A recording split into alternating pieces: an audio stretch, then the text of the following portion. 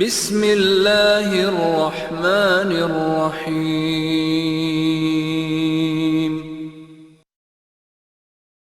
তোমরা যারা ঈমান এনেছো আকাশের প্রভুর প্রতি, তোমরা যারা ঈমান এনেছো জান্নাত জাহান্নামের মালিকের প্রতি, তোমরা যারা ঈমান এনেছো বিচার দিবসের একচ্ছত্র মালিকানার প্রতি, তোমরা যারা ঈমান এনেছো মানুষের জীবন মৃত্যুর স্রষ্টার প্রতি, তোমাদেরকে বলছি, তোমার বলছে ফাউলাইকা হুমুল খাসিরুন, তোমরা যারা সন্তান সন্ততির মোহে পড়ে, ধন সম্পদের মোহে পড়ে রবকে ভুলো, আল্লাহ বলছে ফাউলাইকা হুমুল খাসিরুন, তোমরা সবাই হবা ক্ষতিগ্রস্ত।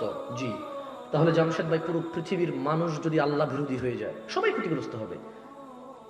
এই পুরো পৃথিবী তো দূরের কথা, পৃথিবী আর পৃথিবীতে যা আছে তা আল্লাহর কাছে মাছির দানার সমান না। কি মূল্য আছে আল্লাহর কাছে? আরে পৃথিবী তো দূরের কথা, সাত আসমানকে আল্লাহ কিয়ামতে ডান হাতের মধ্যে ভাঁজ করে রাখবে, এই হচ্ছে আল্লাহ। তুমি বোঝনি মনে হয়, তুমি মনে করো তোমরা মনে হয় 50 জন মিলে দাঁড়াবে আর আল্লাহকে বলবে ইয়া আল্লাহ, ইয়া আল্লাহ, আমরা 50 জন দাঁড়িয়েছি, তুমি কি 50 জনকে ই করবে না? শোনো বেতুয়ার মানুষ, তুমি নানা অপরাধে অপরাধী, আমিও। তোমার গ্রাম আমার গ্রাম, তোমার অঞ্চল আমার অঞ্চল, তোমার ভাই আমার ভাই, তোমার বাবা আমার বাবা, তোমার মা আমার মা, কেউ মুক্ত নয়, আমরা কেউ মুক্ত নই অপরাধ থেকে। তবে শোনো, একটা অপরাধ থেকে তোমাকে সতর্ক করে যাই। বেতুয়ার মানুষ, হাজার অপরাধ রবের কাছে অপরাধ, একটা অপরাধকে রব ভিন্ন ভাবে দেখে। লক্ষ কোটি মিলিয়ন বিলিয়ন অপরাধকে রব অপরাধ বলেছে, ক্ষমা যোগ্য বলেছে, বলেছে রবের ইচ্ছা, রবের মর্জি। রব এটা উনার ইচ্ছা, উনি বলছে যে আমার ব্যাপার, মন চাইলে ক্ষমা করে দেব, মন চাইলে শাস্তি দিয়ে ক্ষমা করব।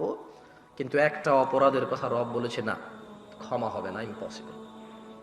পুরো পৃথিবীর মানুষ যদি গিয়ে দাঁড়ায়, ক্ষমা হবে না, রব তার কথা থেকে কখনো সরবে না।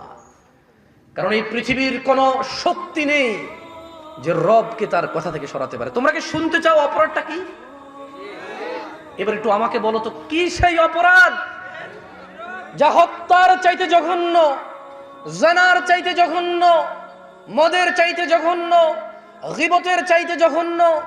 এই পৃথিবীতে আদম আলাইহিস সালাম থেকে কিয়ামত অবধি যত মানুষ যত অপরাধ করবে, সব অপরাধ থেকে এটা জঘন্য। কি অপরাধ বলো? এই অপরাধ সম্পর্কে জানা উচিত নাকি অনুচিত? বলবার রব পুরো কোরআনুল কারীমে ওনার দয়া সম্পর্কে কত কিছু বলেছে, হাদিসে ওনার দয়া সম্পর্কে কত কিছু বলেছে, কিন্তু ওই একই কোরআনে তিনি বলেছেন যে তিনি ক্ষমা করবেন না যে ওনার সাথে শিরিক করে। এই অপরাধটা তো তোমার জানা উচিত।